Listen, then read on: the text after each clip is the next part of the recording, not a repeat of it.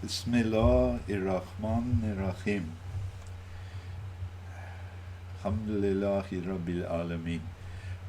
The topic of this short video is going to be why we need religion. Now, religion is being attacked on all fronts these days for very many reasons, some of which are valid, many of which are not. Most people are aware of the attack on religion by the atheists and agnostics, but are less aware of the attack by the what I call, and will in the future refer to as the Illuminati. That is the enlightened ones, the people who believe that the sole purpose of the spiritual path is to attain enlightenment. And I disagree. Although enlightenment is an important piece of the puzzle, it is not the entire puzzle. So why do we need religion? I'm going to bring up 3 reasons in this video, although one could surely find many more. But let's limit ourselves to 3 for the meantime. Okay. First reason is that religion gives us a sense of grounding.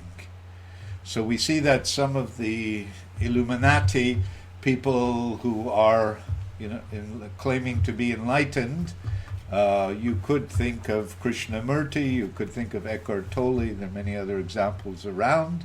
If you're able to perceive their spiritual state, you will notice this ungroundedness. It's kind of like they're zapped by the light and not totally there, and certainly not totally rooted. So how does religion give us this grounding? Well, first of all, there's a grounding in community.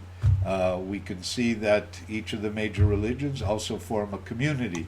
So one develops interconnections on that level, has people to talk to, people to refer to, group support, all the kind of things that go with communities, something sadly lacking in the modern world. There's also a grounding in time, a historical grounding, if you want. So most of the religions, the newest one, which is Islam, goes back more than 1,500 years. Some of them, Hinduism, may well go back beyond 5,000 years, and Judaism is something similar. Christianity, 2,000 odd years. So in each case, one has a historical continuity which gives us roots.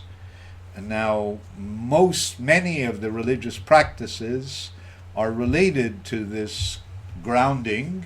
Rituals at certain times, at certain places, in certain manners are grounding. So is communal prayer. We can even argue that the theological concepts give us a kind of conceptual grounding, so we don't get lost in this in the spaciousness of just being one with the whole, but we can actually conceptually, cognitively understand our experience, and that too is part of grounding. That's reason number 1. We need religion.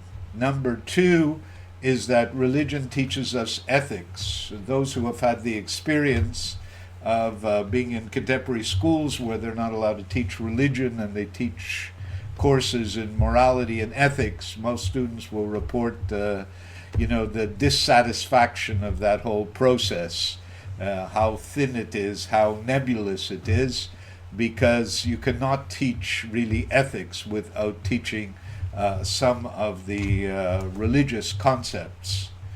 I tell the now famous story of my unnamed cousin, let's call her Esther for now, calling me up in a moment of existential quandary, asking me, "So, Joey," my name from childhood, "is it possible to be a good person and that's enough without believing in God?" And at that moment I got an inspiration, hopefully a divine one, saying, "Listen, Esther, in the 10 Commandments there are 5 about God and 5 about man. if you don't mind getting 50% on your final exam, and this particular person was one of those who usually got 95, if not 100, if you don't mind getting 50, I guess it's okay. So we need the ethical teachings of religion. It teaches us piety, it teaches us generosity, it teaches us how to deal with others, which is often lacking in teachings that are purely based on enlightenment.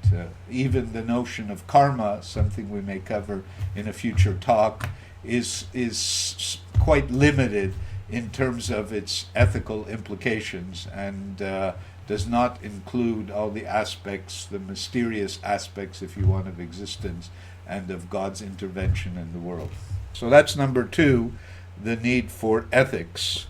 Number 3, which is more subtle and deeper in some way, is the need to develop the proper relationship between the small self and the large self, between the me and God, between the ego and the absolute reality, because the small self, the person you are, is also a reality. Despite what the Buddhists teach, that there's no self, and this teaching is unique to their religion, even the Hindus don't believe in this, that is not actually reality. What is going on in Buddhism, the idea of no self, is actually a trick, a methodology to get to the absolute, but not an ontological statement, not a statement of what actually exists, but a method in order for us to attain the absolute. But we always come back on some level to the relative, and it's essential for us to have the right relationship between the relative and the absolute. Otherwise, amongst other things, what happens to us after death? So the relative self and absolute self have to be in correct relationship. This is very fundamental.